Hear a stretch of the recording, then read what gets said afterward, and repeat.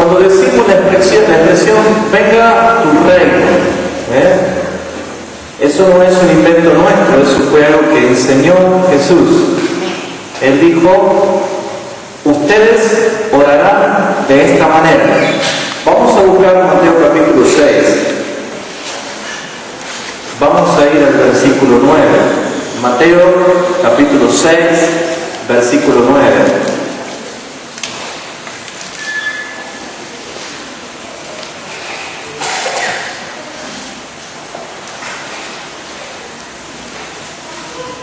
Dice así la Escritura: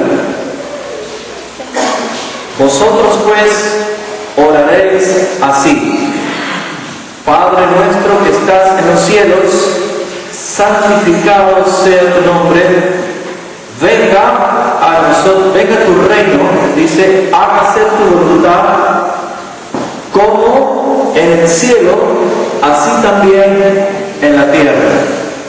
No es la intención esta noche hablar del Padre Nuestro, sino de esa expresión que Jesús nos pide que la usemos en nuestra oración. No como un modo de rezo, sino como un modelo y como una invitación a la soberanía de Dios. Él dice, ustedes cuando oren así: Padre nuestro, que estás en los cielos. Lo primero que comienza Jesús remarcando es que Él está en los cielos, que Él es soberano. No que Él está en el cielo, sino en los cielos. Hace referencia a plenitud de dominio. Él domina sobre todo lo creado. Pero encontramos a Dios en los cielos y el hombre en la tierra. Dios en su manifestación de santidad y el hombre en sus delitos y pecados. Hay una realidad. Jesús dice que el hombre le pida al Padre que venga su reino, que venga su reino, y que se haga su voluntad en la tierra de la misma manera que se hace en los cielos. Entender este principio y trasladarlo a la vivencia actual no es fácil, puesto que la conjetura natural de una mente natural va a terminar diciendo: entonces no se hace la tierra la voluntad del Padre, porque la tierra está como está por causa de no hacer la voluntad del Padre. ¿A qué se quiso referir Jesús cuando enseñó venga tu reino? Muchos han malinterpretado, muchos han tomado mal esta frase y están promoviendo el reino ahora. Y el reino ahora está hoy muy posicionado en la enseñanza que hace unas par de semanas atrás habíamos enseñado de la influencia de la nueva era dentro del mensaje cristiano, haciendo referencia de que acá lo que importa es el hombre, ya no tanto Dios. Que el hombre prospere, que el hombre crezca, que el hombre tenga éxito, que el hombre llegue a las esferas de gobierno. Y para muchos el reino de Dios en la tierra es lo que hoy se enseña: prosperidad, éxito, alcance, dominio. Y no tiene nada que ver. No tiene nada que ver. Aún ninguno de las personas que están en gobierno, sean presidentes, militares, jefes, empresarios, pastores, laicos, sacerdotes y aún padres de familia, todavía no se dan cuenta de que Dios es el que provee de la autoridad. Pero cuando alguien usa mal la autoridad y cuando uno usa la autoridad para sacar provecho, sacar favor de la persona, es cuando en verdad comenzamos a tener serios problemas. Hoy quiero hablar haciendo referencia a la deidad. Dios en la esencia de Él mismo, el único Dios. Dios quiso revelarse al hombre, pero el hombre no lo conoce tal como Él es. Tal es así que incluso Dios emplea figuras para traer a luz a nuestra mente finita, natural, un conocimiento de qué es Dios o quién es Dios.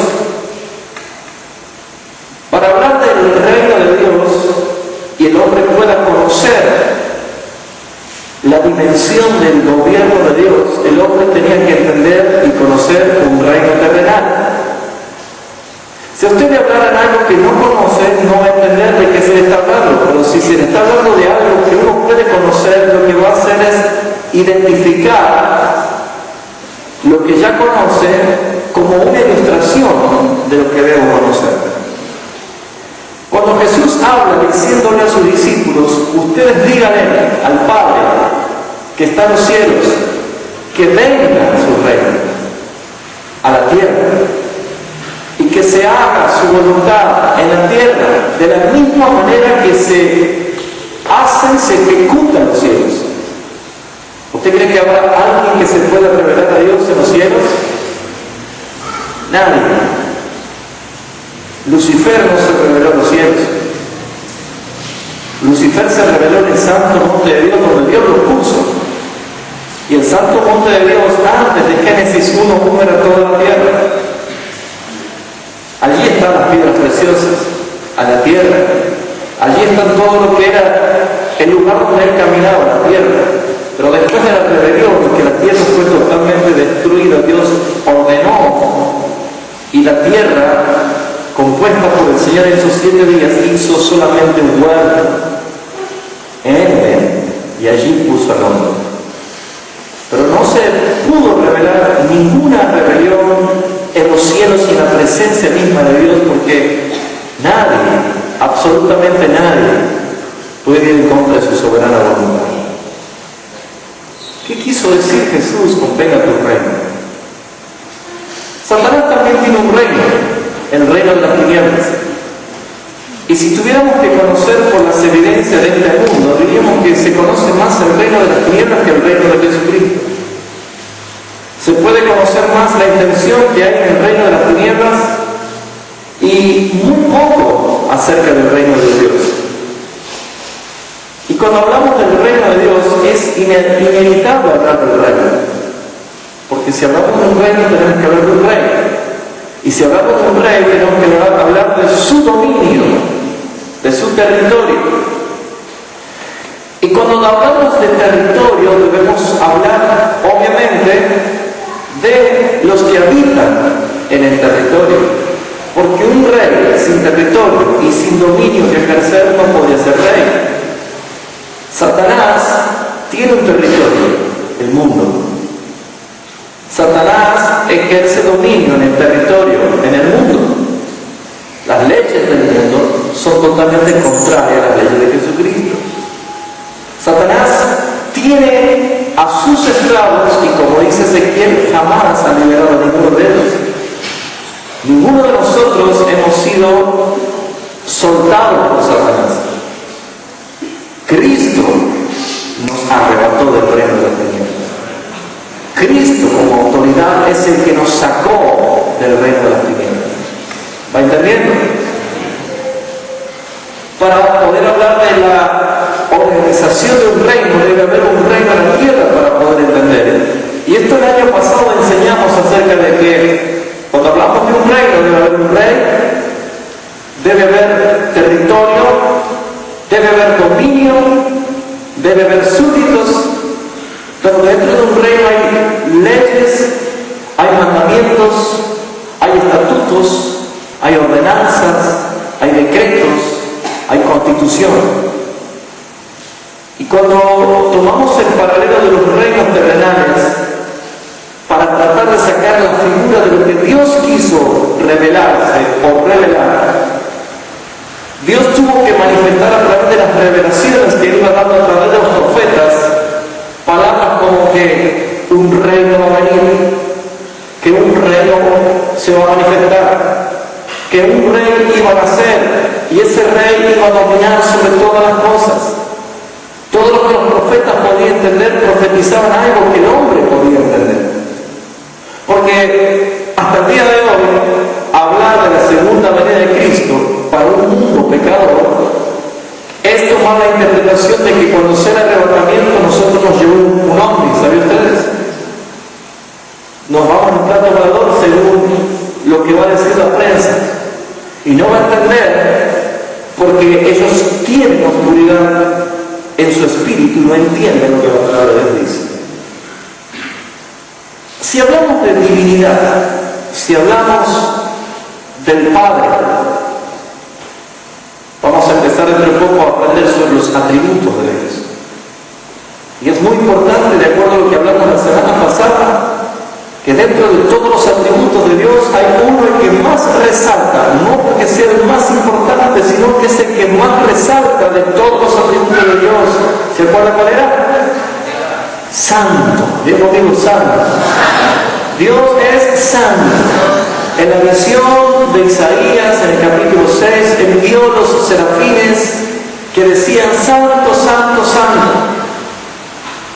En la visión de Juan, en el Apocalipsis, allá en el Patmos, él veía claramente que los 4 seres vivientes y los 24 ancianos y todos los que estaban vestidos con vestiduras blancas decían santo, santo, santo.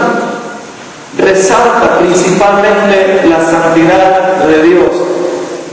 Y la santidad de Dios es algo que jamás va a dejar de ser, que jamás va a ser negociada por el criterio del hombre, sino que el hombre debe entender que para estar en el reino de Dios debe ser santo como Él es santo.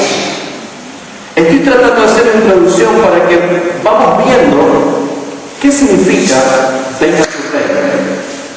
¿Esto va a ser así? ¿No estamos? Porque me tengo que mover. Venga tu reino. Y Jesús se rigó. Y que sea en la tierra de la misma manera que sucede en los cielos. ¿Cómo es posible hacer algo acá en la tierra que esté en un paralelo en los cielos? ¿Cómo se puede lograr algo así? Hay cosas que la Biblia nos enseña y que muchas veces aún Jesús, que es el que vino a predicar el Evangelio del Reino, es el que hizo mucho hincapié acerca de lo que está por venir, no de lo que nosotros creemos que ya está. Él dijo, arrepentidos porque el reino de los cielos se ha acercado. Era el rey que venía a constituir el reino. Pero ¿dónde está nuestro rey ahora? En su trono.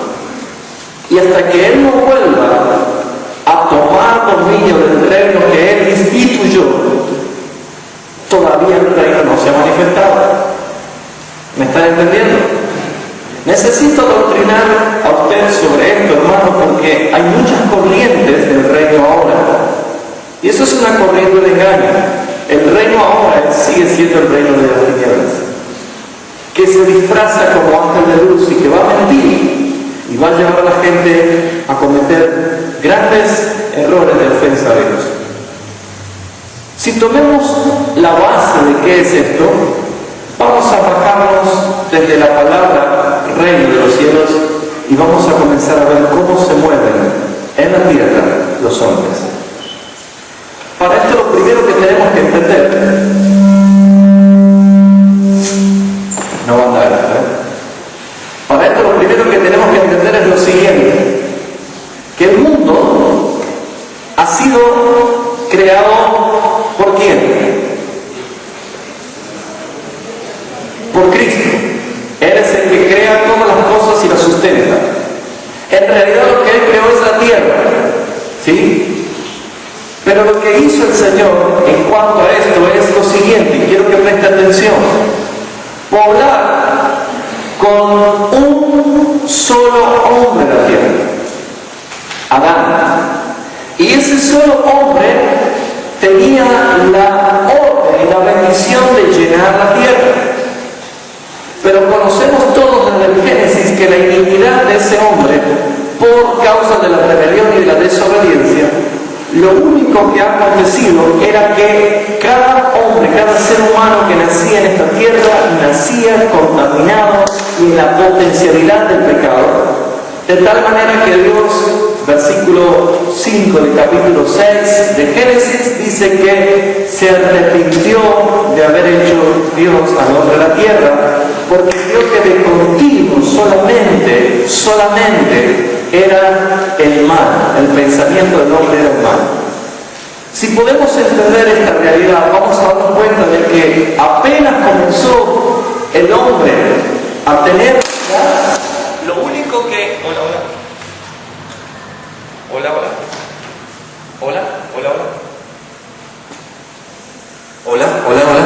Lo único que hizo el hombre es lo siguiente: es desobedecer, es rebelarse a Dios, es ir en contra de lo que Dios había establecido. Por lo tanto, la naturaleza nuestra, escuche, la naturaleza nuestra siempre va a ser contraria a Dios.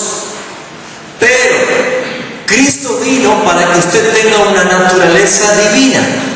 Esa naturaleza divina es Él mismo en nuestras vidas, para que ya no seamos nosotros los que nos dejemos dominar por la carne, por la naturaleza rebelde, sino que empecemos a vivir una nueva vida. ¿Se han dado cuenta que en el mundo hay muchas religiones? ¿Sí o no? Muchas. Y si hay una religión, quiere decir que hay una fuerza espiritual que los motiva a permanecer en una religión. Esa fuerza espiritual, para las religiones en el mundo, son sus dioses. ¿Sí o no?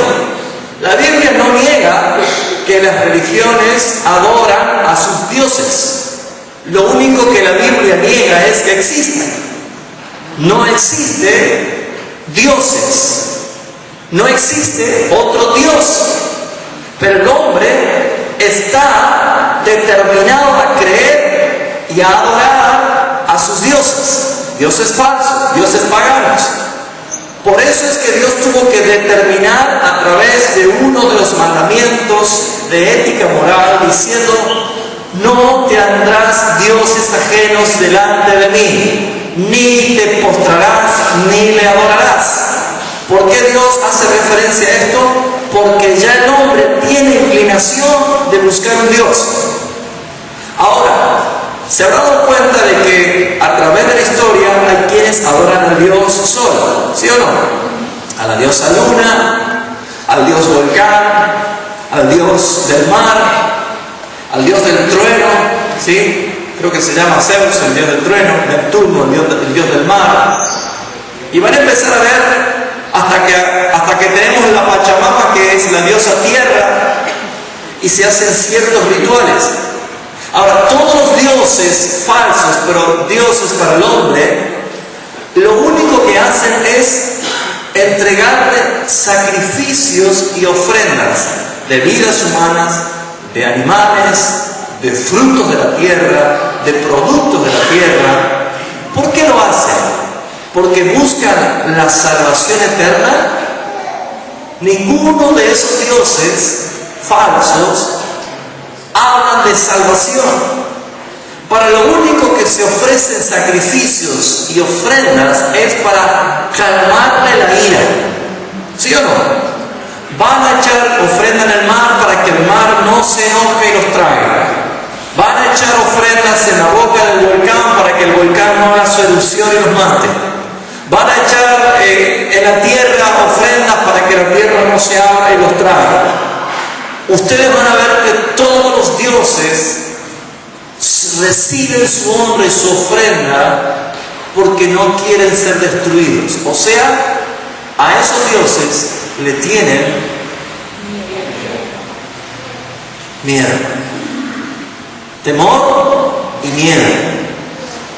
Sin embargo, Jesús un día dijo: ustedes no tienen que tenerle miedo al que puede quitarle la vida, sino a aquel que los puede condenar al infierno para siempre. Y está hablando del único Dios verdadero. Y venimos aprendiendo de que Dios, en su manifestación y en su carácter, Dios es amor, pero también es fuego consumidor. Dios es un Dios que hemos dicho la semana pasada, como dice Salmos capítulo 7:11, ¿se acuerdan? Dios es juez justo.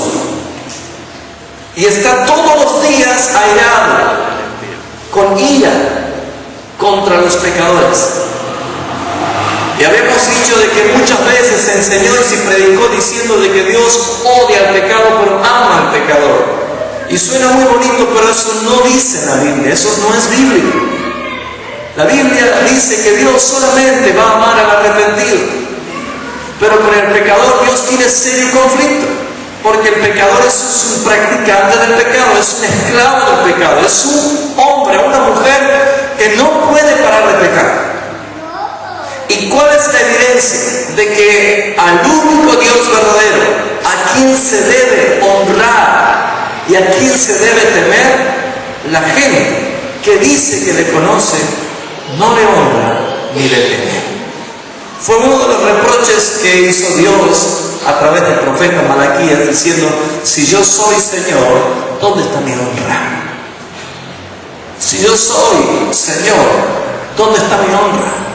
Y fíjense ustedes de que no es curioso darnos cuenta que en tiempos finales como estos, la manifestación de apostasía cada vez está siendo más grande, puesto que muchos están volcándose no al Dios verdadero, sino al Dios que cada uno se lo creó.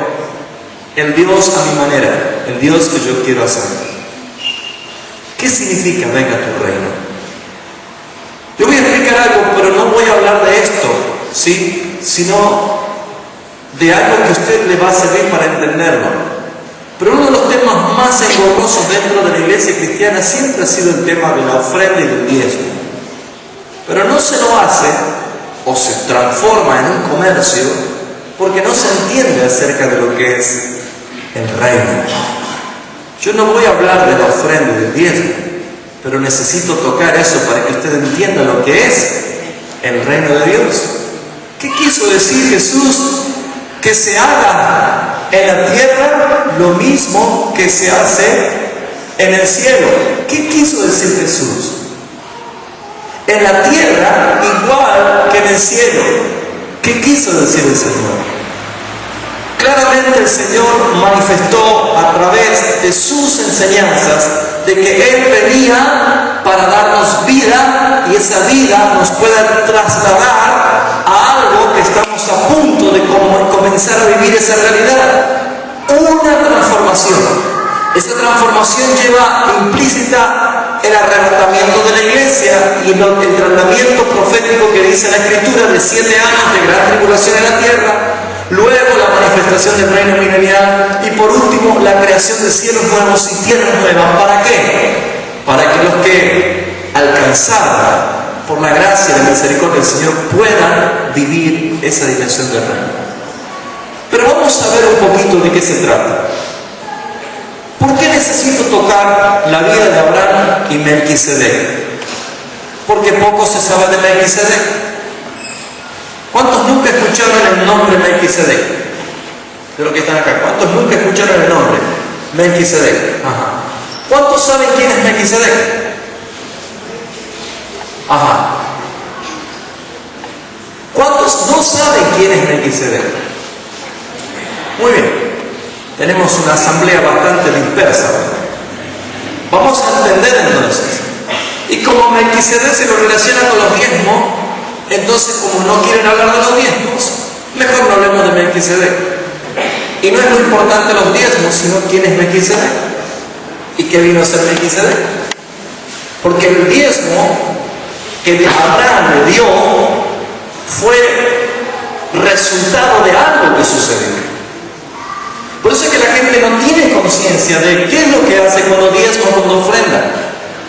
Y Jesús dijo que se haga en la tierra lo mismo que se hace en los cielos. Hay una revelación de un paralelo de lo terrenal con lo espiritual.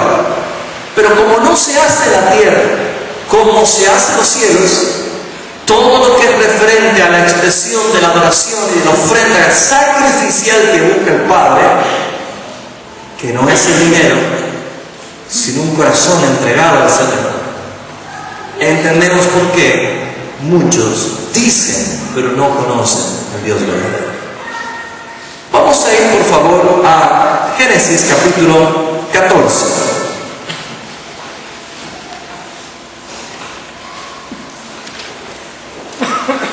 Génesis capítulo 14.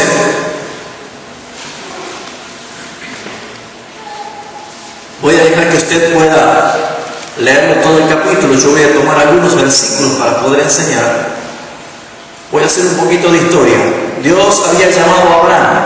¿Sí? Abraham era de la tierra de Ur, de los caldeos, la tierra más pagana que podía haber. Es más, los caldeos fueron los futuros babilonios después, los que eran especialistas en artes mágicas, en lectura de astrología y cuantas cosas más. ¿Sí? Bueno, Dios llamó a Abraham desde esa tierra para que vaya a la tierra que el Señor le iba a mostrar. Para esto había un pacto y una promesa.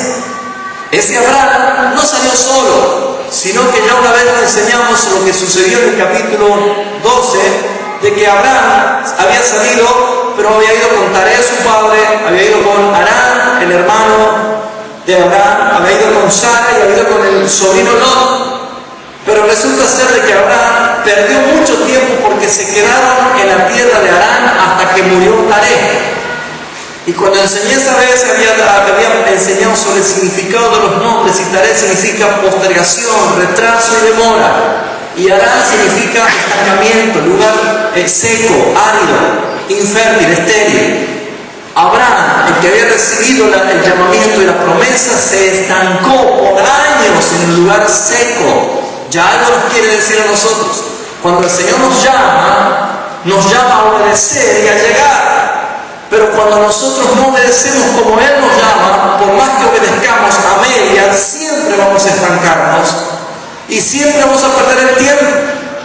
Con todo esto, llegaron Abraham y Lot, ya saliendo de Harán. Ya Abraham había crecido mucho, ya era riquísimo, ya tenía muchos ganados, y Abraham tenía sus pastores y Lot tenía sus pastores. Y dice que cuando llegaron a la llanura de Sinar se dieron cuenta de que los pastores de Abraham y los pastores de Lot estaban peleando por la tierra. Entonces dice que Abraham le dijo a Lot: escoge el lugar para que te separes de mí y yo me iré a otro lugar.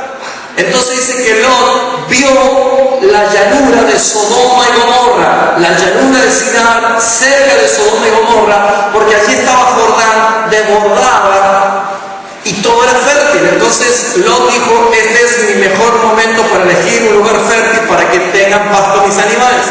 Sin embargo, Abraham subió a las rocas y a las montañas áridas de la llanura de Sinar, las llanuras y la montaña. Todo el territorio era perteneciente al rey de Sodoma.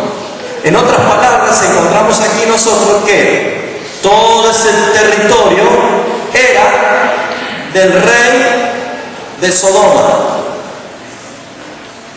El rey de Sodoma tenía un territorio y allí fue Abraham y Lot. Abraham estaba en las montañas y Lot estaba en la llanura. ¿Qué significa esto?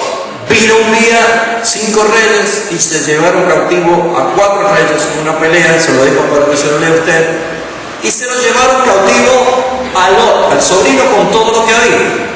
Cuando Abraham se enteró que su sobrino Lot había sido llevado cautivo, ¿sabe qué sucedió? Abraham, que era un pastor de ovejas, que era una persona que él no era un guerrero, alistó a sus sirvientes, alistó a sus pastores y fue y destruyó a todos esos reyes que habían llevado a su sobrino y los liberó y recuperó todo lo que habían robado. Y dice la Escritura lo siguiente: cuando Abraham venía con todo lo que se había robado, venía a encontrarse con el rey de Sodoma. Esto lo dice en el versículo 17. Cuando volvía de la derrota de Kedorlaomer y de los reyes que con él estaban, salió, ¿quién dice? El rey de Sodoma. Escuche, a recibirlo en el valle de Sabe. El rey de Sodoma salió a recibir a Abraham. ¿Qué venía trayendo Abraham? Todo lo que le pertenecía al rey. Fíjese usted, Abraham había ido y había recuperado todo, pero cuando él volvía, salió el rey de Sodoma a recibirla a Abraham. Pero fíjese qué curioso, dice el versículo, dice el 17, el 18. Entonces Melquisedec, rey de Salem, sacerdote del Altísimo, del Dios Altísimo, acá aparece otra figura,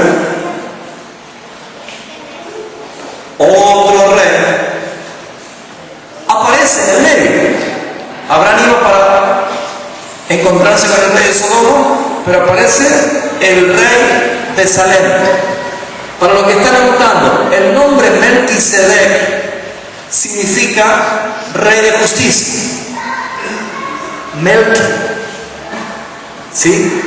Melquisedec, rey de justicia. Y era el rey de Salem, que quiere decir rey de paz.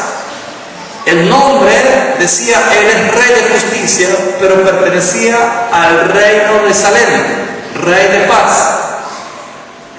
Todo encontramos en el rey algo que habla de un reino, de dominio, de territorio. Salem era la abreviatura o el nombre original que más tarde se llamó Jerusalén, que significa ciudad de paz. ¿Cómo ven la paz de hoy Jerusalén? Fíjense ustedes de que algo está pasando allí. Todo esto hace referencia a que ese encuentro de dos de pronto se manifestó uno en el medio, Melquisedec. ¿Qué hizo Melquisedec? Dice el versículo 19, el versículo 18. El rey dice, sacó pan y vino. ¿Sacó qué cosa? Pan y vino. Fíjense ustedes, el rey sacó pan y sacó vino. Y cuando él sacó el pan y el vino, ¿sabe qué sucedió? Dice la palabra del versículo 19, le bendijo diciendo, bendito sea Abraham, el Dios del Dios Altísimo, creador de los cielos y de la tierra. Escuchen, bendito sea Abraham, del Dios Altísimo, creador de los cielos y de la tierra.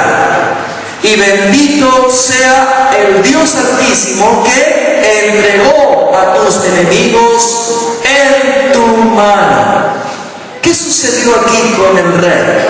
Voy a explicar un poquito esto para que podamos comprender por qué Abraham hizo esto. Fíjese, y le dio a Abraham los diezmos de todo. ¿A quién? A Melquisedec. Para que podamos comprender esto con más detalle, dijimos, creo que ese es mi teléfono. Fíjate en la mochila, creo que está. En la mochila, perdón, yo sé que no lo apagué. ¿Qué es lo que encontramos nosotros acá? Fíjense ustedes, toda esta circunferencia dijimos que era el reino de Sodoma. El reino de Sodoma. Acá había un rey, el rey de Sodoma. Abraham, que venía de la tierra de Ur, se instaló con su sobrino en Sodoma. Como estaba dentro de un territorio, déjeme decirle que el impuesto de un reino era lo que nosotros hoy conocemos como diezmo. ¿Por qué? Porque el rey de Sodoma le permitía a Abraham y le permitía a Lot, como a todos los que vivían en su comarca, que debían ellos hacer ¿qué cosa? Pagar un impuesto por usar la tierra. Cuando ellos usaban la tierra para alimentar su ganado, para sembrar, para usar una parcela, ellos debían pagarle un impuesto al rey. Escuche qué importante es esto.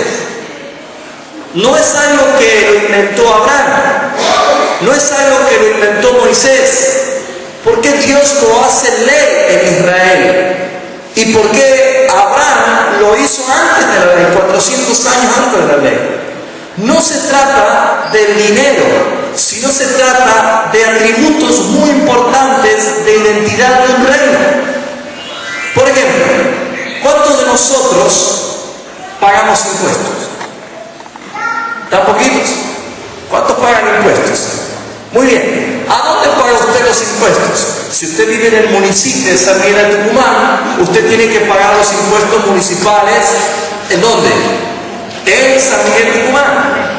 Si usted vive en el municipio de Las Talitas, va a tener que pagar Las Talitas y cada uno de acuerdo a su municipio.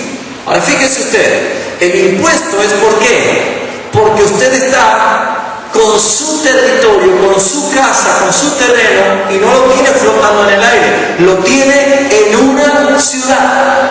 Y por tenerlo en una ciudad, usted tiene que pagar un impuesto por el derecho de estar usando el territorio de esa ciudad. ¿Se entiende lo que digo? Muy bien. El rey de Salem no se estaba abusando de pedirle el impuesto que le pague, sino que era algo que Abraham sabía exactamente, porque en todas las comarcas, en todos los reinos, cuando alguien recibía la tierra, la parcela para poder ellos usar, debían pagar sus impuestos. ¿Vamos bien hasta acá?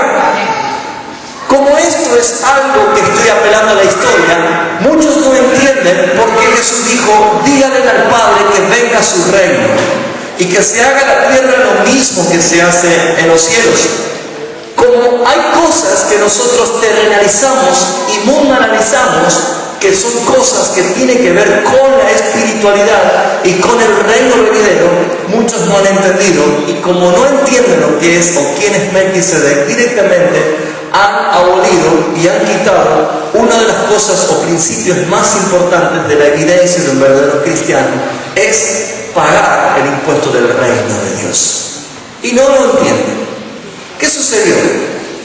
Si nosotros nos ponemos a ver acá, el rey de Sodoma le daba territorio, le daba protección, le daba derecho legal a usar la tierra, y por supuesto ellos identificaban que pertenecían a ese lugar, estaban ocupando un territorio.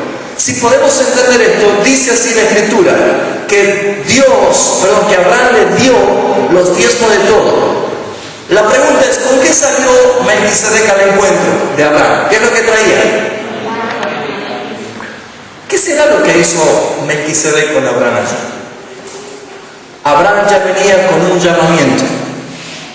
Vamos a recordarlo. Allí de la vueltita a la hoja nomás, el capítulo 12. Fíjese cuál era el llamamiento. Pero Jehová había dicho a Abraham: vete de tu tierra y de tu parentela a la casa de tu padre, la tierra que te mostraré, y haré de ti una nación grande. Que había allí una promesa. Y dice: y te bendeciré y engrandeceré tu nombre y serás bendición. Bendeciré a los que te bendijeren y a los que te maldijeren maldeciré, y serán benditas en ti todas las familias de la tierra. No era poca cosa lo que Dios había puesto sobre Abraham: una promesa y un pacto de bendición generacional. ¿Me sigue hasta acá? Fíjense ustedes que cuando Dios le dijo esto, inmediatamente Abraham comenzó a peregrinar saliendo de la tierra de Aram para llegar a la tierra de la promesa. Si ustedes leen panorámicamente lo que dice, ustedes se van a dar cuenta de esto, por favor. Fíjense en lo siguiente, que en el capítulo 14, Melquisedec, el rey de Salem, sacerdote del Dios Altísimo, trae la señal del pacto. ¿Cuál fue la señal del pacto para nosotros? La muerte de Cristo, ¿sí o no? ¿Y qué es lo que hizo Cristo en la última cena? Tomó el pan y tomó el vino y dijo: esto es mi pacto, esto es el nuevo pacto en mi sangre. Lo que estaba haciendo Melquisedec, que para algunos es Cristo preencarnado, para otro es un sacerdote que no tenía genealogía, ni padre ni madre, como dice el hebreo, pero no es porque era nacido en repollo, sino que como no era trascendente de que él tenga una identidad de quiénes eran los padres, directamente se nombra de quién era él. Pero lo que sí dice acá la Escritura es que él le dio pan y vino y le bendijo. En otras palabras, dice la Escritura que Abraham le creyó y fue contado por justicia. ¿Qué es lo que creyó Abraham? Como dice Pablo en Romanos, le obedeció al Señor. Él salió de su tierra para llegar a la tierra de la promesa.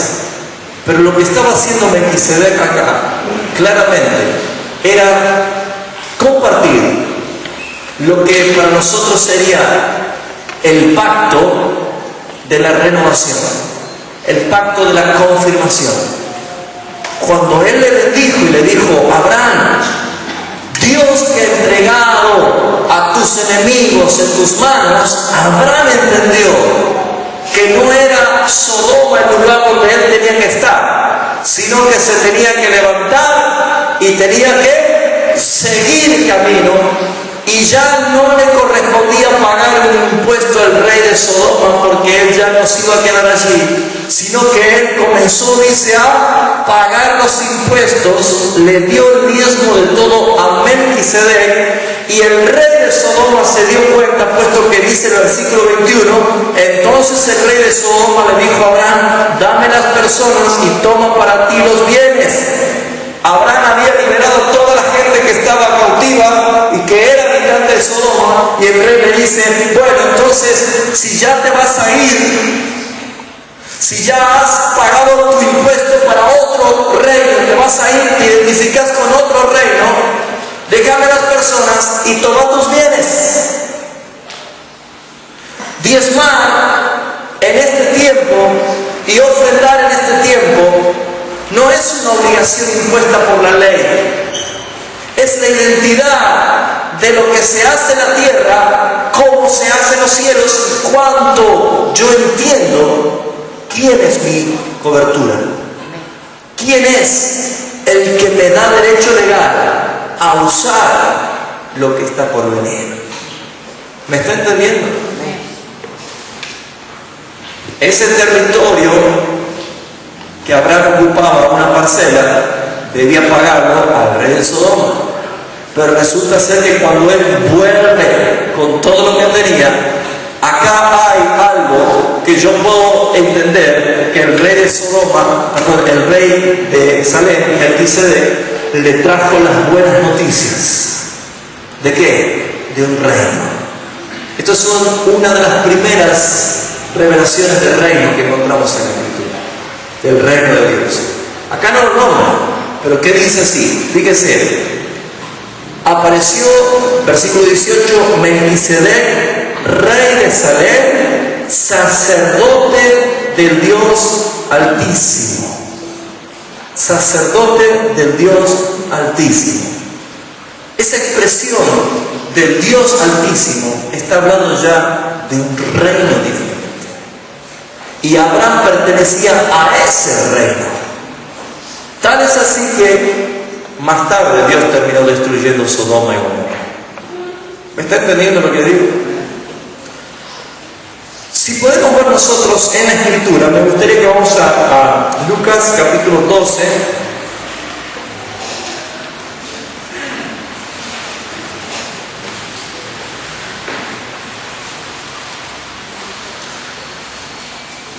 Lucas capítulo 12, versículo 32. Vamos a ver una de las cosas que Jesús hace referencia al reino, pero especialmente con la cuestión de qué, de dónde yo estoy pagando mi impuesto. Fíjese lo que dice: no temáis manada pequeña. Lucas capítulo 12, versículo 32. No temáis manada pequeña, porque a vuestro Padre les ha placido daros qué cosa, el reino. En otras palabras, Jesús decía: tranquilo. ¿Saben lo que era para los judíos en ese tiempo bajo el flagelo de Roma? Mire, uno de los cobradores era Mateo, el Leví, el que tenía que cobrar los impuestos para vivir en Roma. Y si no pagaban los impuestos, no saben a qué se armaban. Era realmente duro. Jesús venía dentro de lo que él enseñaba, el evangelio del reino de Dios, y le dijo: manada pequeña, poquitos indefensos. Eso quiere decir poquitos indefensos.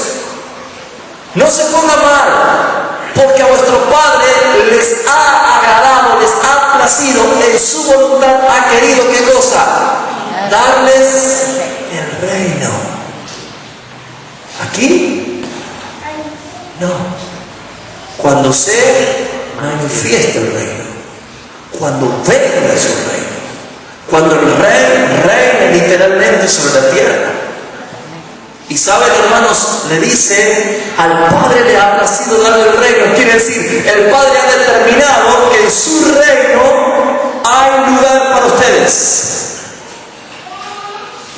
Pregunta, ¿dijo lo mismo Jesús en Juan capítulo 14? En la casa de mi Padre muchas moradas hay. Ya les enseñé lo que es la palabra moradas. ¿Cuántos son propietarios de su casa aquí? ¿Cuántos tienen propiedad? Son propietarios. ¿Qué es lo que a ustedes les certifica legalmente que ustedes tienen una propiedad? El título de propiedad. Si alguien viene a decir, ese es mi caso, usted va a sacar el título de propiedad. Ahora, cuando usted saca el título de propiedad, dice que el domicilio está, de su propiedad, está en tal calle, en tal barrio, en tal manzana, con de acuerdo a las medidas de la superficie del terreno, pero está en dónde? En San Miguel de Tucumán, o está en tal lugar de Tucumán, pero está en la provincia de Tucumán. Por lo tanto, usted dice, esta es mi casa. Pero el gobernador puede decir, sí, pero es la provincia. Bueno, por lo tanto, el impuesto no es una opción, ¿no es cierto? No es una opción. Es un deber de poder pagar el impuesto, porque yo tengo mi propiedad en un territorio que no es mío, o son dueños de Tucumán. No, tenemos parte. ¿Me están entendiendo? Usted dirá, ¿por qué está hablando de los diezmos? No estoy hablando de los diezmos, estoy hablando del reino. Y no es, yo bajo ningún aspecto estoy diciendo que el reino está acá. ¿Qué significa pagar los impuestos del reino? ¿Por qué yo doy mi diezmo? Porque también diezmo, hermanos, ¿sabían ustedes? ¿Por qué diezmo? Porque yo sé que dice la Escritura lo siguiente, fíjese, versículo 33, Jesús dijo esto: vended lo que poseéis y dad limosnas, haced bolsas que no se envejezcan. ¿Por qué dice? Haced bolsas que no se envejezcan, tesoros en los cielos, que no se agote, donde el ladrón no llega ni la polilla destruye, porque donde está vuestro tesoro, allí estará también vuestro corazón. Jesús sabía que el problema del hombre en la tierra es el dinero, es la posesión, es lo material. El hombre lucha con lo material. Y si hay algo que Cristo vino a hacer es a despojarnos de esa emoción de lo material. Porque dice, ustedes van a entrar a mi reino y ustedes no tienen que pagar nada. Yo pagué por ustedes. Pero sin embargo, aquí vemos nosotros de que el reino de los hombres en la tierra tiene algo legal. ¿De dónde sacaron ellos esto legal? De lo mismo que sucede en el reino de Dios.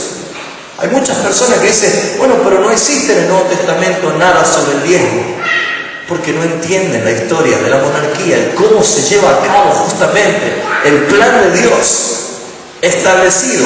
La figura de Melquisedec para muchos es desconocida, pero allí vemos claramente que en esa ofrenda del pacto que Dios hizo con nosotros en Abraham, jamás nosotros vamos a hacer un pacto con Dios porque no nos alcanza. Dios bendijo a las generaciones venideras por la voluntad de Dios en Abraham. Amén. Fíjese lo que dice en el mismo capítulo 12, dice el versículo 13. Una multitud venía, ¿no es cierto? Y uno de la multitud le dijo, maestro, dile a mi hermano que parta conmigo la herencia. Mas Jesús le dijo, hombre, ¿quién me ha puesto sobre vosotros como juez o partidor? Y les dijo, mirad y guardaos de qué cosa. ¿Qué dijo Jesús de que hay que guardarse? De toda avaricia. Mire, yo soy uno de los que más en desacuerdo está con toda la mercadería y el comercio que se hace en nombre de Cristo. Condeno y rechazo esa mentira diabólica de hacer que la gente tenga que verse necesitado de pagar por un milagro, pagar por una bendición de parte de Dios. Pero por esa mentira cimentada en todo el mundo, la gente está perdiendo la oportunidad de lo que está por venir. Y Jesús habló mucho acerca de eso. Hermanos, no se dejen engañar.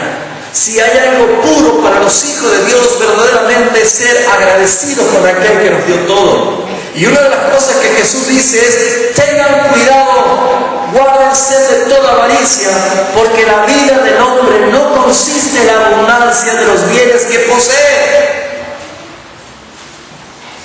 Deberíamos aprender de aquel que es el dueño de todo. Dijo: no estimó ser igual a Dios como cosa que aferrarse, sino que se despojó a sí mismo.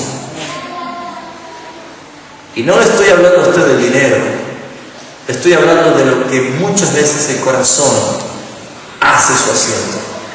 Donde está tu corazón, donde está tu tesoro, allí estará tu corazón. Algunos aman las cosas de este mundo más que a Dios. Otros aman más las tinieblas que la luz. Esto no saben cuánto aman y cuánto buscan esto mucha gente. Si Dios me permitiría un trueque, yo quisiera estar sentado allí y que otro esté acá. Porque si enseñamos algo que no es correcto de parte del Señor, nosotros tenemos problemas. Pero ustedes deben entender, hermanos, que acá Dios estaba hablando, refiriéndose a través de la historia de que hay un reino. Fíjese lo que dice en el capítulo 12 de Lucas, versículo 57. Esto lo dice Jesús. Dice: ¿y por qué no juzgáis por vosotros mismos lo que es justo? Cuando vayas al magistrado con tu adversario, procura en el camino arreglarte con él. No sea que te arrastre el juez y el juez te arrastre al alguacil y el alguacil te meta a la cárcel. Te digo que no saldrás de allí hasta que hayas pagado aún la última blanca. ¿Sabe lo que es la blanca? Había una mujer pobre que ella puso sus 2 blancas. Es 5 centavos. Esa es la más chiquita que tenemos hoy. Ya no existe de 1 centavo. O sea, la de 1 centavo. Mire, esa, hasta que no hayas pagado hasta la última moneda. ¿Por qué Jesús dice esto? ¿Por qué Jesús no dijo: mira, muchachos, yo le vengo a decir un reino, no paguen nada, no paguen impuestos, no sea un problema, yo lo que les doy va a estar todo pago? Jesús le estaba diciendo que lo que es tocante a este mundo, no debemos nosotros ser deudores. ¿Cuánto más creen con las cosas del Señor? Lucas capítulo 20, versículo 25.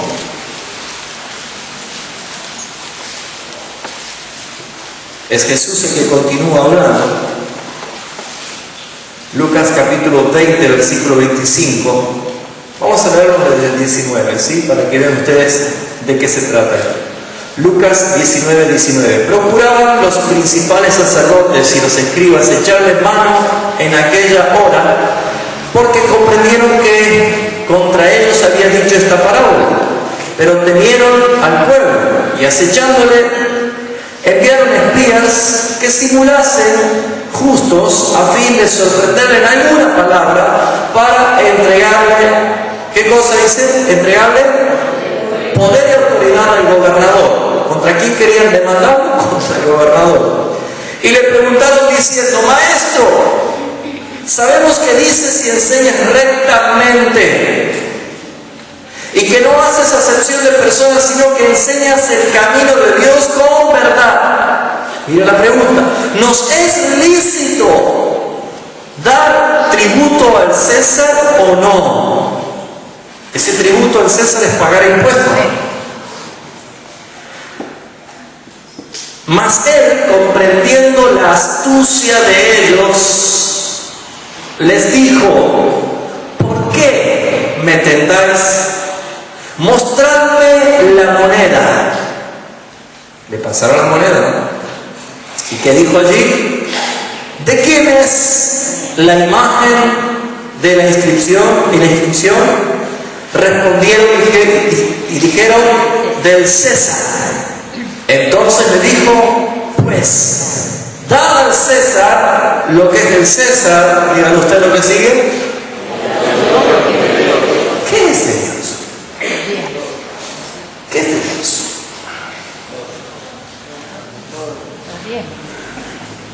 ¿El diezmo realmente es de Dios? ¿Qué es de Dios?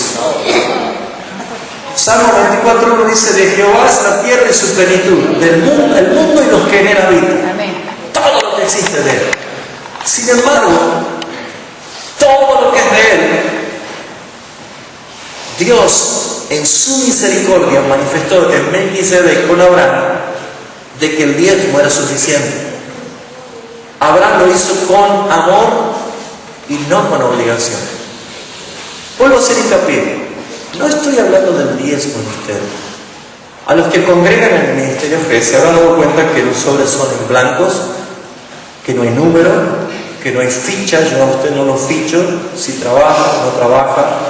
A usted nosotros no le ponemos carteles, no le mandamos a hacer débito automático. ¿Saben que hay congregaciones que hacen débito automático el diezmo? Usted va a cobrar su sueldo y dice: ya me descontaron el 10%. ¿Saben esto? Mire, la creatividad buena. Es más, hasta online, en internet, haga depósito de su diezmo online, directamente. Mire, es tan impresionante lo que se puede hacer hoy en día. Pero ¿de qué sirve si uno no lo hace entendiendo lo que es: venga tu reino, que se haga la tierra, que me comporte la tierra, que viva la tierra, que me mueva la tierra, igualmente, de la misma manera que sucede en los cielos? Muchos no lo entienden. Obviamente es más fácil decir que eso era para el antiguo pacto y que era por la ley. Claro, es más fácil decirlo porque cualquiera puede justificarse, cualquiera puede poner inmediatamente situaciones que Jesús, el único que puede opinar de esta manera. Versículo 23. Jesús dice: mas él, comprendiendo, ¿qué cosa? La astucia de Dios. ¿Cuántos quieren ser ciudadanos del reino de los cielos? ¿Cuántos quieren su lugar allí? Él lo dijo, ¿no es cierto? Muy bien. ¿Dónde queda entonces la expresión de Abraham en la tierra? ¿A quién pagó sus diezmos? A Melquisedec. ¿Por qué lo hizo?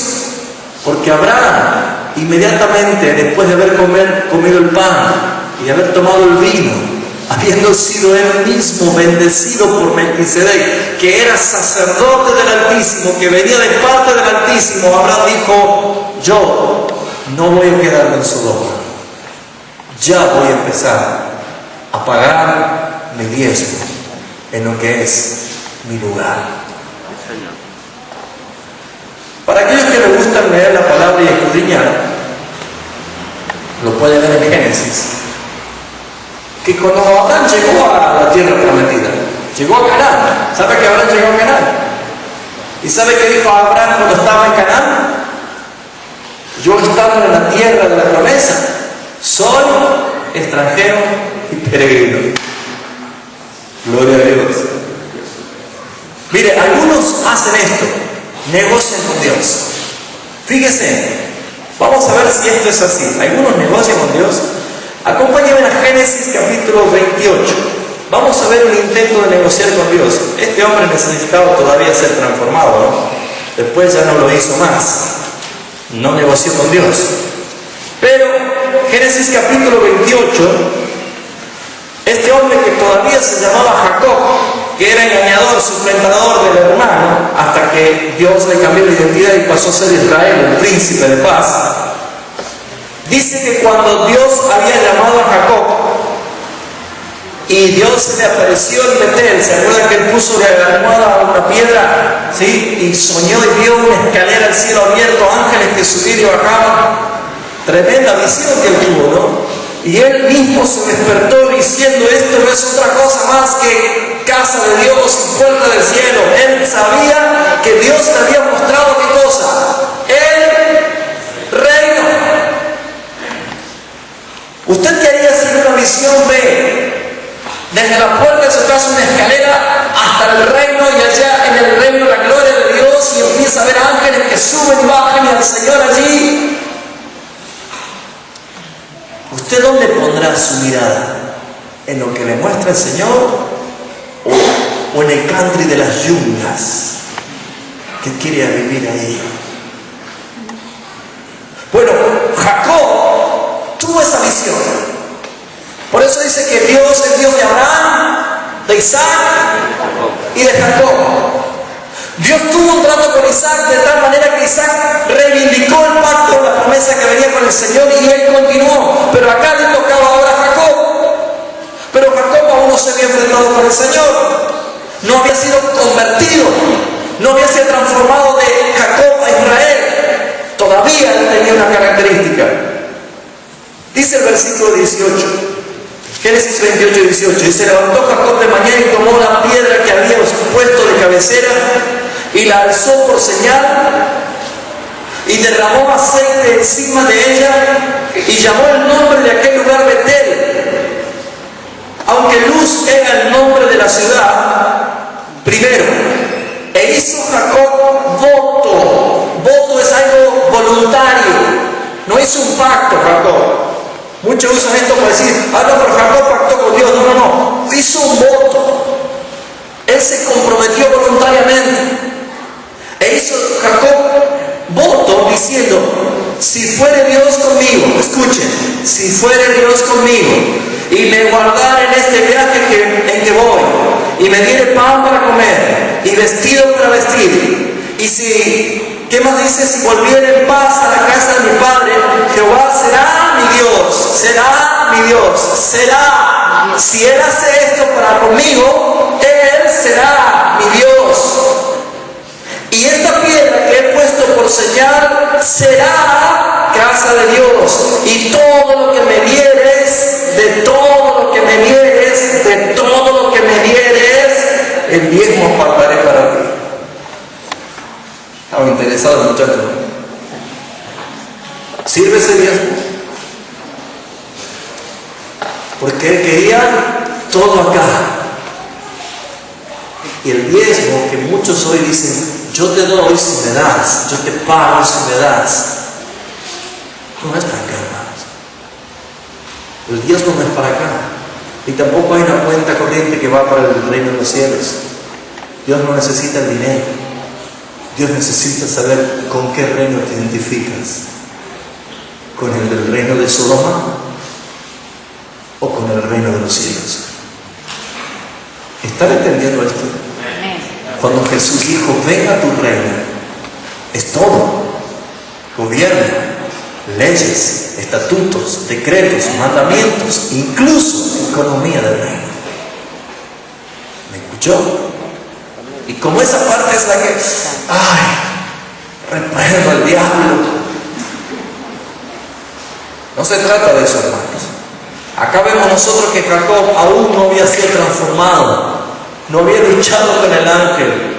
Y él decía, si tú, mira si no es así, hoy en día es exactamente lo mismo con eso que dicen pacto, ¿no es cierto? Fíjese, ¿cuántos no quieren bendición? ¿Cuántos no quieren prosperar? ¿Cuántos no quieren su casa, sus autos, sus empresas? ¿Cuántos no quieren éxito? Todo el mundo va a decir, amén, gloria a Dios, todos queremos. Entonces, ¿qué pasa? Te dicen, si vos pactás con Dios, si vos das tu dinero para Dios, Dios te va a dar esto. Fíjese, es lo que pedía Jacob.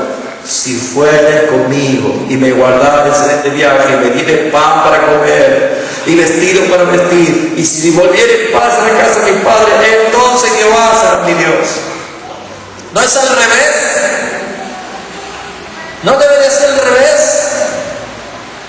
¿No dijo Jesús, mas buscad primeramente el reino de Dios y su justicia, y todas estas cosas os serán añadidas?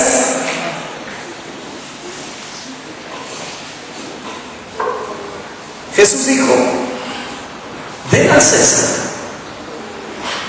paguen al César lo que es del César, paguen los impuestos, paguen lo que deben. No deba nada a nadie, pague el verdadero, pague el carnicero, pague a todos, no deba. Eso no es del reino de Dios, eso no es de ciudadano del reino. Pague, porque si no paga, aquel que usted lo ve, no va a pagar nunca, aquel que no lo ve.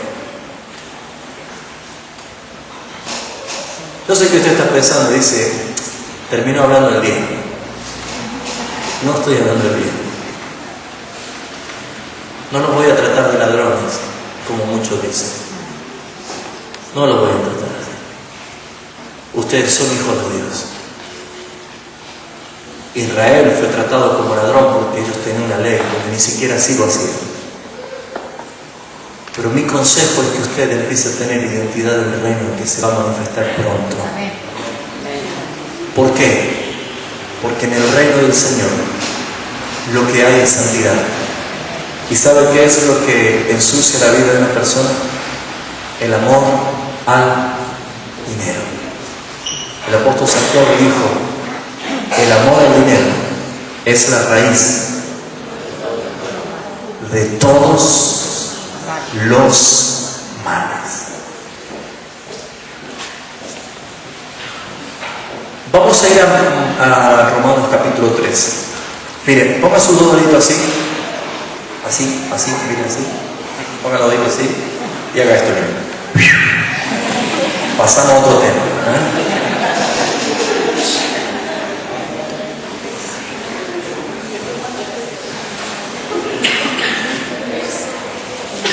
¿Quedó claro esto? ¿Conoce ahora la historia? ¿Conoce que esto es algo establecido por la monarquía, por los reyes, por una cuestión de terreno, territorio? Si alguno no paga los impuestos municipales, le va a llevar la intimación del gobierno, del municipio, y si no, lo van a tener que desalojar. Esto es así. Si nuestra casa estuviera volando en el aire, ¿quién te cobra? No sé. Pero pertenecemos a una ciudad y hay que pagar esto. Perdón. Romanos capítulo 3. Voy a remontarme al versículo que había dado la semana pasada, del versículo 23. ¿Cuánto están entendiendo? ¿Lo están recibiendo? ¿Sí? Amén. Es muy difícil decir yo voy a vivir acá en la tierra como si fuera en los cielos. Claro que es difícil. Pero empezar a entender que Jesús dijo: hagan tesoros en los cielos, no en la tierra. Allá. ¿Cómo lo hago? ¿De qué se trata? Romanos 3:23 dice: por cuando todos pecaron, están destituidos de la gloria de Dios. Todos. Están separados de la gloria de Dios. Todos. La gloria de Dios es tan magnífica, es tan preciosa, la santidad de Dios es tan grande, que aún los serafines dice que con 2 alas cubrían su rostro. Ni siquiera ellos pueden ver a Dios, por lo que es su santidad. Nosotros vamos a conocer de la manifestación gloriosa de Él a través del Cordero. Pero Jesús dijo al Padre: nadie lo vio jamás. ¿Se está entendiendo lo que digo esto? Pero nosotros veremos al Rey de Gloria, al Rey de Reyes. Él es la imagen del Dios invisible. El que me ha visto a mí, le decía Jesús a Felipe, ha visto al Padre. Al Padre no le podemos ver jamás. Ni los serafines que cuidan el trono pueden verle, con sus alas cubren sus ojos, por la gloria, por la santidad. Y saben, hermanos, todos nosotros, todo el universo, todo el mundo, todo ser humano que ha nacido, está destituido, arrancado, separados de la gloria de Dios. Pero siendo justificados, digan conmigo justificados. ¿Se acuerdan lo que enseñé el fin de semana de lo que es ser justificados? Dijimos que Dios es santo. Salmos 7:11. Dios es juez justo. Y Él es santo y es justo. Y por ser justo, Él no puede perdonar. Alguien debe pagar el precio. Alguien debe pagar el error.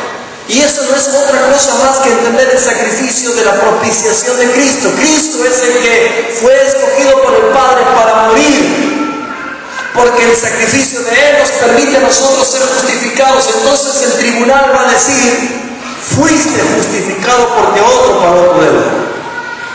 ¿Lo está entendiendo? Muy bien, ¿Cristo pagó tu deuda, sí o no? ¿Somos deudores de Él?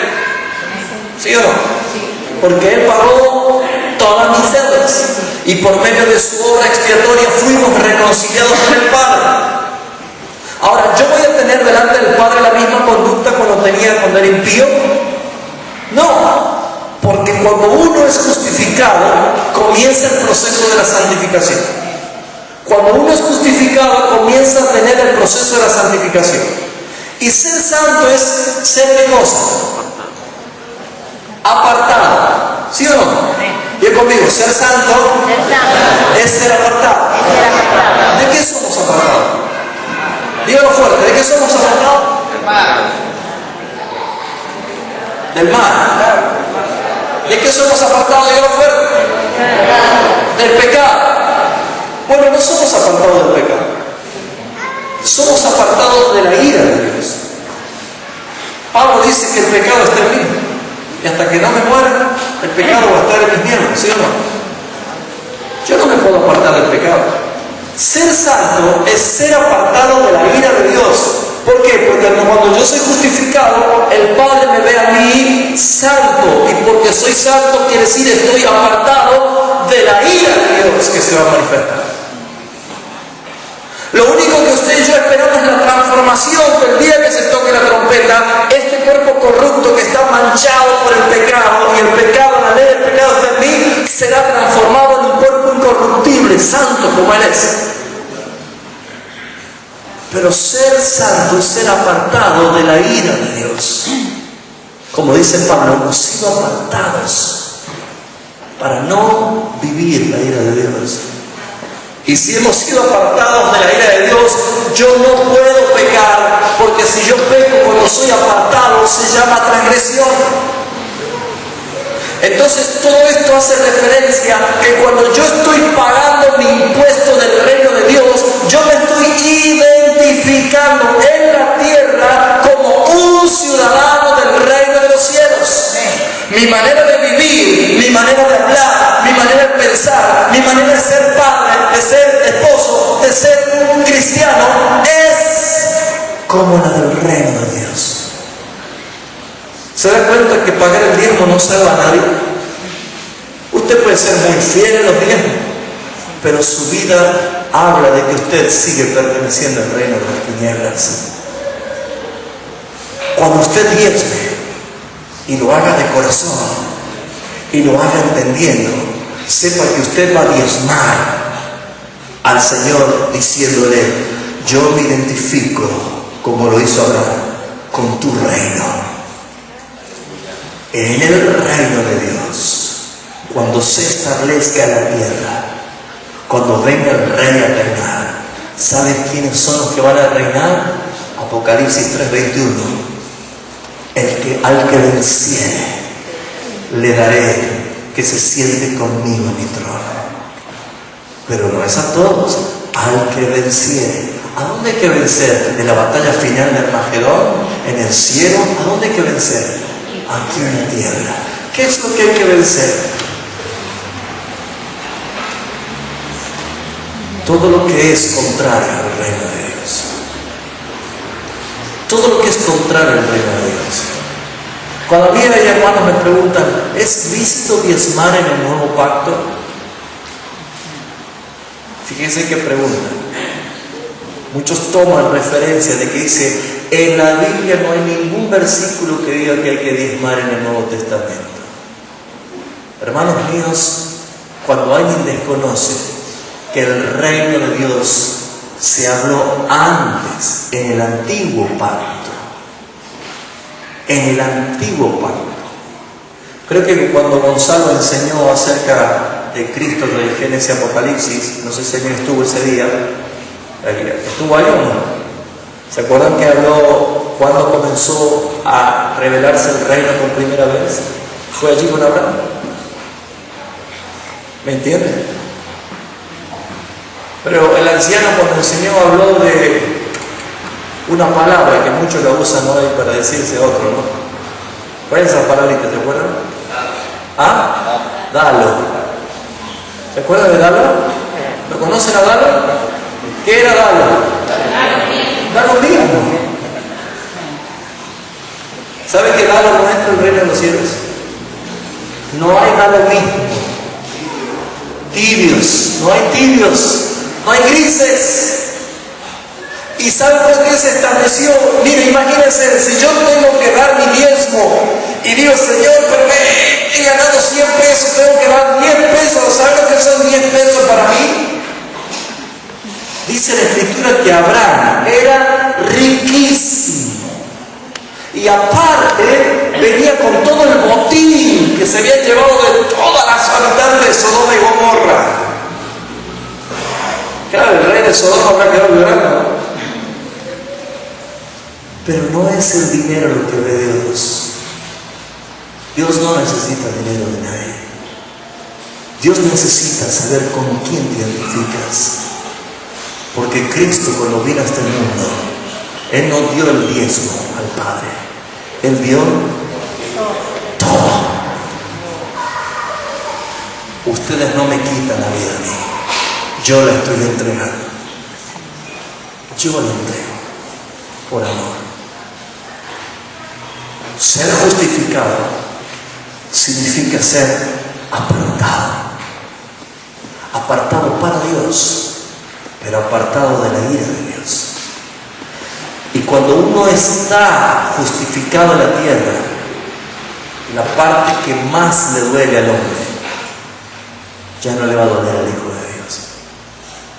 Para ir concluyendo la idea, dijimos que los dioses paganos en este mundo, que no existen, pero que la gente le da vida a través de sus credos y creencias, lo único que hace la gente es ofrendar para que no se enoje, ¿sí o no? Ellos saben que ninguno de sus dioses le habla de salvación. Solamente ofrendan para que no se enoje, para que el volcán no haga erupción y los mate, para que el mar no se levante un tsunami y los mate, para que la tierra no se abra y los trague. Entonces ellos hacen ofrendas para que esté tranquilo. Pero el único Dios verdadero y que en verdad está airado con el pecado de este mundo, lo que hizo el Señor es revelar a través de ese suceso de Abraham y Melquisedec, que cuando uno sabe poner primero la fe en el Altísimo, la obediencia en el Altísimo, y sabe comer el pan y tomar la copa entendiendo que hay un pacto que se va a manifestar, va a suceder lo siguiente: Dios se deleita de esas personas. Hebreos capítulo 11. Hebreos capítulo 11. Antes de leer esto, Hebreos capítulo 11, antes de leer, ya para ir cerrando, decía el cirujano, quiero que preste atención. Todos ustedes en algún momento habrán leído la Biblia, ¿no es cierto? ¿Sí? Veo que cuando uno empieza por primera vez o cuando uno recién es cristiano, no sé por qué todos tenemos la tendencia de ir a Apocalipsis. ¿Le pasó a usted o no le pasó? La mayoría de la gente agarra Génesis, como no lo entiende, porque apenas llega al capítulo 5, todo nombre, genealogía, se aburre. Entonces dice, vamos a lo que es, lo que nos va a hacer dar miedo, qué sé yo. Y la gente busca y lee Apocalipsis. Como no lo entiende Apocalipsis, dice, la Biblia es difícil de entenderla y la dejan. Pero tanto Génesis como Apocalipsis no son casuales que sean el principio y el final de la Escritura, de toda la palabra dicha por el Señor y revelada. Génesis revela algo muy importante para este último tiempo. Es más, la gran tribulación que se habla después del arrebatamiento de la iglesia, ya se la empieza a oler en el aire. No sé si ustedes la empiezan a oler. ¿Están prendiendo la televisión? Miren, algunos que están cansados de esa televisión berreta que hay. Yo a veces me nutro de algunos canales solamente para estar informado como tiene que ser, porque hasta las televisiones informativas son tan amarillistas, tan cholulas. Yo cuando estaba en Buenos Aires fue el terremoto de Japón, en C5N mandaron la placa, fuerte sismo en Tucumán. Ay Dios Señor, y la placa cara, no pasó nada, decía. Pero yo mandaba, total, tembló el mundo, pueden decir. Pero hay un canal que no sé si usted lo ubicó, no sé si tendrán todo el mismo servicio de cable, pero se llama Telesur, ¿sí? Que es todo noticia de todo el mundo. Y me estoy poniendo al tanto de todas las cosas y simplemente para ver la evidencia profética de lo que está sucediendo. Y todo lo que está pasando en Libia, lo que está pasando en distintos lugares, ya el levantamiento de Rusia en contra de los bombardeos o ataques de Estados Unidos y de todos los países aliados contra Libia, que se está poniendo en contra de esto, está hablando ya claramente de lo que dice Ezequiel 38, de Gog y Magog que se levantan. O sea, todo eso son profecías y cumplimientos. Pero ya en el ambiente uno empieza a oler tiempos finales, ¿sí o no? Eso no podemos dudar. Se está hablando de un macromoto que puede suceder, es un terremoto de dimensiones catastróficas grandes, muchas cosas que están empezando a pronosticarse, y hasta por ahí tengan cuidado porque van a encontrar en internet como grandes teólogos que dicen que el 21 de junio de este año va a ser el arrebatamiento. No sé si alguno ya lo vio, ¿sí? De mayo. Tengan cuidado porque a este tiempo ya está todo dado, pero no podemos dudar que Cristo viene pronto.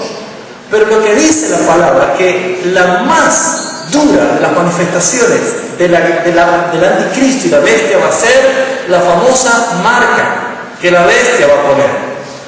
Y esa marca que va a estar en la mano derecha y en la frente es totalmente dirigida a un solo punto de conflicto en el mundo.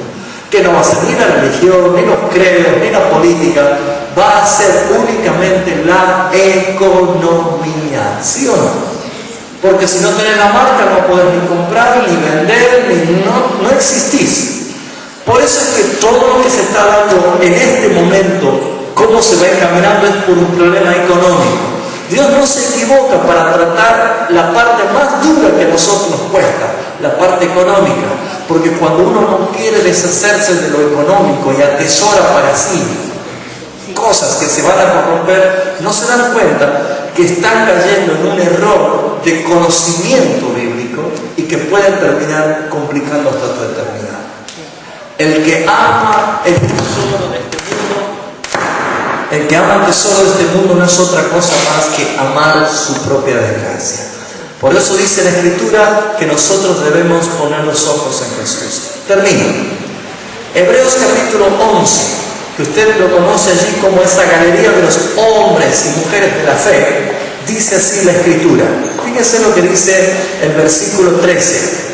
Conforme a la fe murieron todos estos. ¿Qué dice allí? Sin haber recibido lo prometido. Dios no está obligado a darnos aquí todo lo que queremos. Dice, conforme a la fe murieron todos estos sin haber recibido lo prometido. Sino, esto incluye a Abraham, a todo esto que usted tiene allí, ¿no? Sino que mirándolo de lejos y creyéndolo y saludándolo, confesando que eran extranjeros y peregrinos sobre la tierra, diciendo nosotros no nos hacemos dueños de nada de acá porque nosotros ponemos la mirada en lo que está por venir.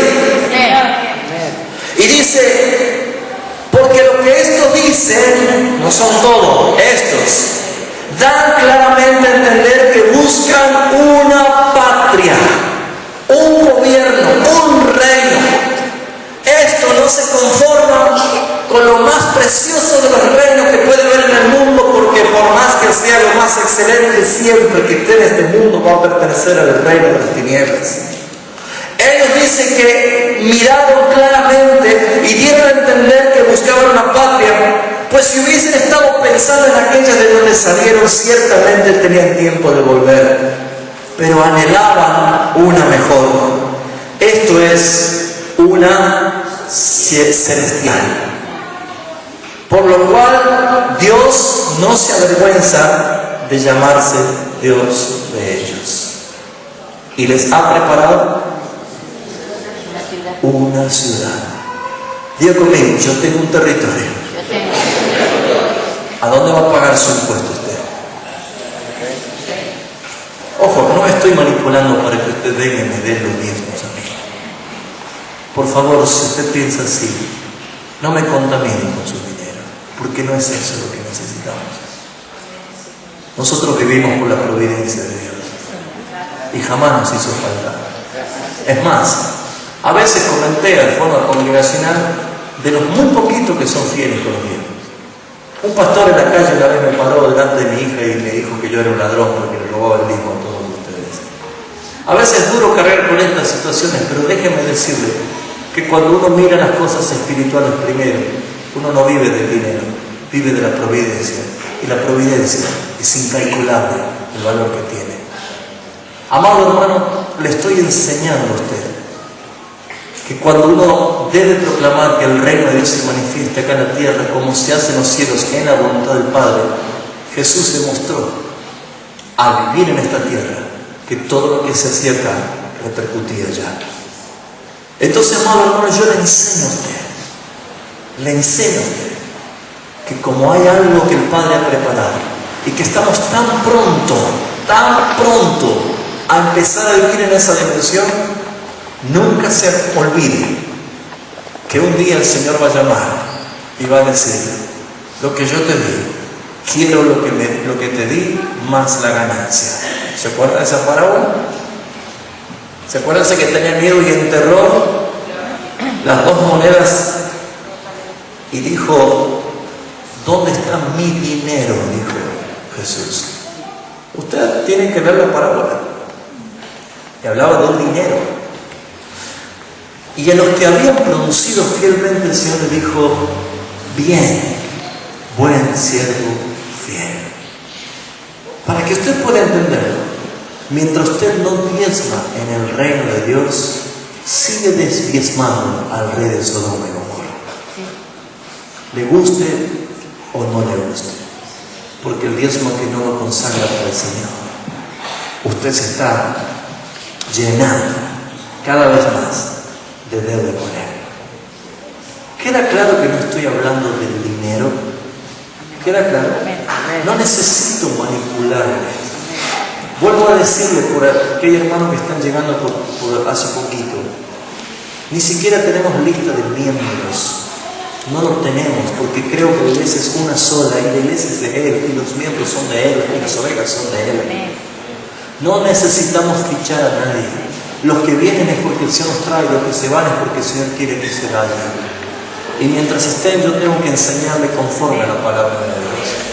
Pero quiero que usted entienda, hermanos, de que si antes no hablamos o no hicimos como tenía que ser el tema del diezmo, porque no entendíamos ni quién era Melquisedec, ni de qué se trataba, la identidad del reino que Melquisedec le mostraba ahora. Vamos a empezar a cerrar. Dios no es contradictorio. Dios no confunde a nadie. Pero lo que sí debemos entender es que cuando nosotros no hemos sido verdaderamente convertidos por el Señor, podemos caer en la intención que tenía Jacob antes de ser transformado. Ver el diezmo como un negocio y ver el diezmo como una condición para prosperar. ¿Qué dijo Jesús? Vende lo que tienes, haz limosnas, haz caridad y harás tesoro en los cielos. ¿Cómo se hará tesoro en los cielos? Había una ilustración cómica, ¿no? De que dice que una persona se agarraba y decía: yo todo el dinero lo tiro para Dios, pero lo que cae es mío, y lo que agarra Dios es para Él. Obviamente todo va a caer. Creo que es claro entender que hacer tesoros en el reino de los cielos primeramente significa identificar quién es el Rey, conocer sus leyes, conocer sus estatutos, conocer sus decretos, conocer su ordenanza, conocer el reino. Y si no comenzamos por conocer a Cristo, que es el Rey de Gloria, hermanos, el dinero no es el problema. El problema es que hay un corazón no arrepentido. ¿Me está entendiendo? Si pudiésemos entender el principio del reino, ¿por qué Dios tuvo que poner como una ley para el pueblo de Israel? Porque sabe que al pueblo de Israel, desde que salió de Egipto, todos los pueblos nómades lo único que querían era destruirlo, ¿sí o no? ¿A quién iban a pedir plata a ellos para subsistir? A nadie. Ellos tenían que autofinanciarse en todas las cosas. Dios permitió esto para que nosotros sepamos que la iglesia de Cristo debe entender que Dios tiene un reino Y ese reino debe manifestarse acá en la tierra con la misma legalidad que se manifiesta en el reino de Dios. Amén. Si alguien tiene algo particular o personal para preguntar o que le explique o que necesita más profundidad de esto, por favor, yo estoy para servir, no para ser servido. No quisiera que hay hermanos que dicen, igual que todos los demás y se va. No quisiera que hay hermanos que se pongan a hablar entre otros y sacar sus conjeturas, porque me dolería mucho y tendría responsabilidad delante del Señor. Yo lo que quiero es que ustedes lo entiendan. Pero nunca haga algo porque alguien se lo dice, sino por convicción del Espíritu Santo y por testimonio de la palabra. Cuando usted tiene estas dos cosas, le va a hacer bien crecer en el Espíritu. Pero a mí me da resultado. No sé si veo las bendiciones acá, pero sí sé que estoy haciendo algo para lo que viene. ¿Me está entendiendo? Vamos a orar. Quiero darle gracias otra vez a los hermanos que a pesar del día o la noche que estaba para quedarse en la casa, ustedes decidieron invertirla en aprender. ¿Sí? Esto va a traer bendición para su vida también. Así que, amado hermano, si usted quiere saber de qué se trata la vida del reino, hable, pregunte, indague, estamos para esto también. Cierra tus ojos, vamos a orar.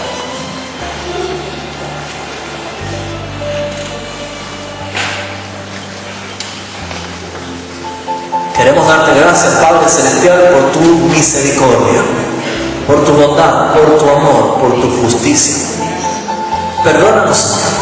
Perdóname y perdónanos porque muchas veces desconocemos de lo que tú has revelado. Y a veces, Señor, nos cuesta entender, porque hay cosas que en verdad son complicadas para la mente humana. Y si no fuera por la revelación y la iluminación de tu Espíritu, nunca podríamos entender. Pero ayúdanos, Señor. Y mucho más cuando estamos tan cerca de que se manifieste el advenimiento de Cristo nuestro Rey, llevándonos, preparándonos para el reino de los cielos. Ayúdanos a entender y a comprender. Padre, perdona por el abuso que se hace de tu nombre, dañando a la gente, mintiéndole a la gente, con el espíritu de Jacob y no con el espíritu de Israel. Perdona, Señor. Hoy queremos que los que entiendan esta realidad sepan que no es venir a hacer una entrega de dinero, sino que sepan que en su corazón debe determinar y identificar a qué reino pertenece y a quién me ama. Te doy gracias, Padre Celestial, y bendigo tu nombre por la verdadera expresión de amor que has traído en la cruz de Calvario, porque nuestro Señor no ofreció el 10% de su vida, sino que se ofreció totalmente por nosotros. Somos agradecidos y somos deudores. Gracias, Cristo Jesús, por habernos justificado y habernos santificado delante del Padre, apartados para ti, pero libres del día de la ira. Pido, Señor, en tu misericordia que bendigas a cada uno de mis hermanos con las bendiciones que son ricas desde los cielos. Gracias, Padre Celestial, por esta noche. Venimos a tu presencia agradecidos. Aún aquellos que hoy se van a arrimar a tu altar para expresar su amor o sus ofrendas, que lo hagan entendiendo, Señor, que nos identificamos con el mensaje de la cruz de Cristo. Nos identificamos con Él para tu gloria, Señor. En el nombre de Jesús. Amén y amén.